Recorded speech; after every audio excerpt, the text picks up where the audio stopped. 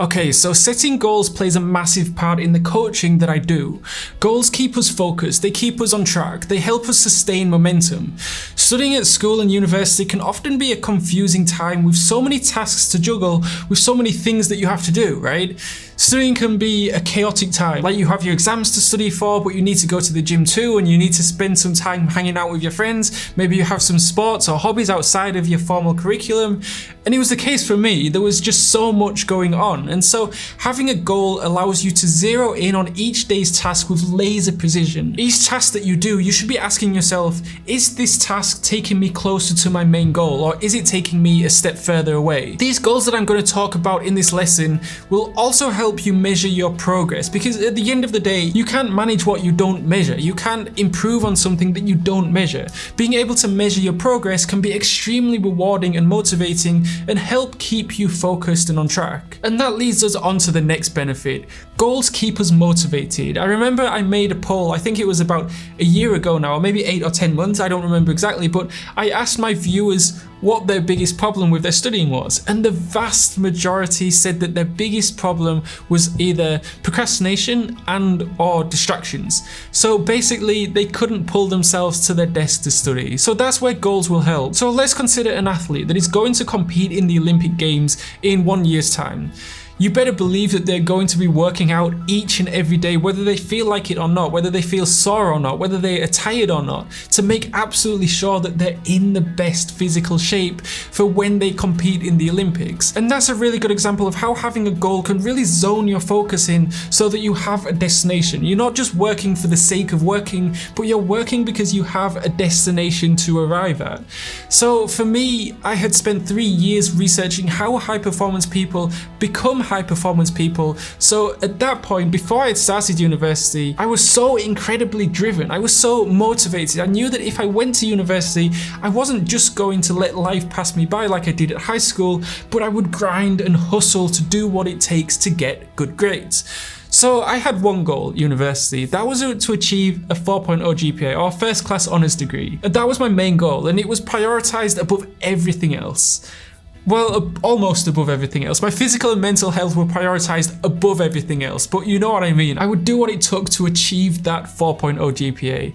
And that was a big deal for me. I'd never gotten an A grade in my entire life. I think I achieved some B grades at school, but the majority of my grades were C grades, Ds and Es. So at the time, it was a big goal for me because I'd never studied at that level before. This was the first time.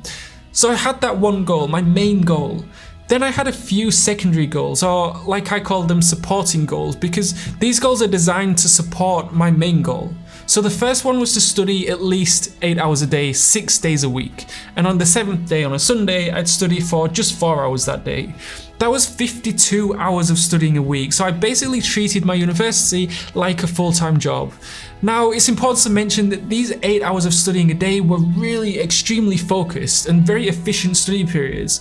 This whole course is about studying smart, and that's exactly what I did. I know that if I studied 6 hours a day instead of 8, I'd still probably achieve my goal of achieving a 4.0 GPA, but I didn't just want to achieve my goal, but I wanted to smash it. I wanted to study beyond my goal. I wanted to make sure that there was absolutely no chance that I wouldn't achieve that goal.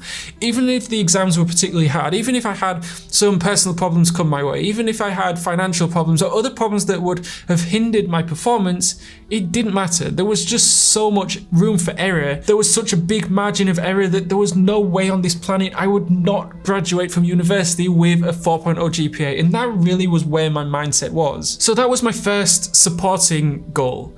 My second supporting goal was to go to the gym at least 5 days a week. So for me, it's important that in order to be firing on all cylinders, in order to be performing at my full potential, I need to be healthy. I need to be physically and mentally healthy. I need to feel good about myself. I need to be confident. And so the gym directly helps with that. So I'd fit going to the gym in the morning at about 6 a.m. because I'd wake up at 4:45 a.m. So every morning at 6 a.m. I'd be at the gym. And by about 7:30, I'd be finished at the gym and I'd be at the library ready to study.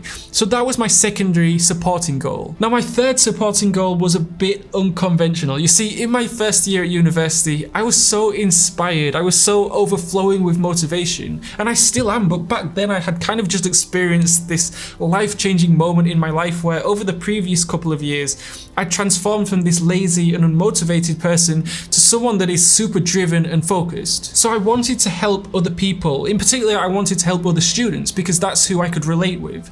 I knew the problems that they were going through because just a couple of years prior, I was going through those exact problems. I wanted to help as many students as I could make the same transformation I did, so that's when I created the Project Elon YouTube channel. I remember I made my first video in October 2016, and because I'd never edited a video before, it took me 3.5 weeks just to edit my first 3-minute video. But YouTube was an amazing platform to help me kind of communicate my message at scale and have an impact on students from all around the world. So my third supporting goal was to work on my YouTube channel for at least 1 hour a day, every day, to help support and inspire as many students as possible. And funnily enough, it helped boost my motivation too.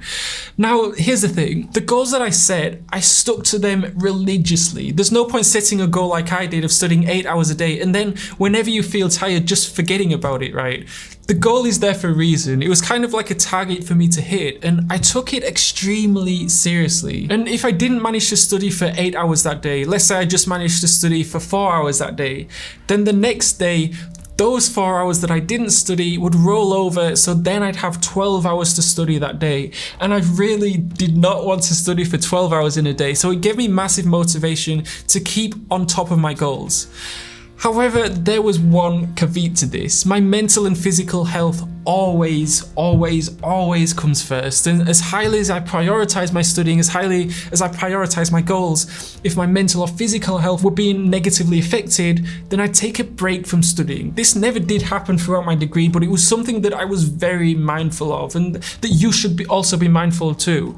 However, at the same time, it doesn't mean that every time you get a bit tired, you just take a day off because you need to keep your mental health in check. Don't use it as an excuse to take it easy. But if your mental health or your physical health is taking a downturn, then absolutely scrap your goals, take a break, relax, recharge. When you're feeling better, then pick up your goals from where you left off. Now, like I said earlier, I had one main goal with 3 supporting goals, and there's a reason why I only had one main goal. I went from achieving D grades to aiming for A grades. Now, that's a big step. Jumping from D grades to A grades, that's a massive step up. So I purposely only had one goal. Let's say I had 3 goals or 4 goals. The more goals you have, the lower probability you have of achieving them because you have to divide your time and resource between all of them.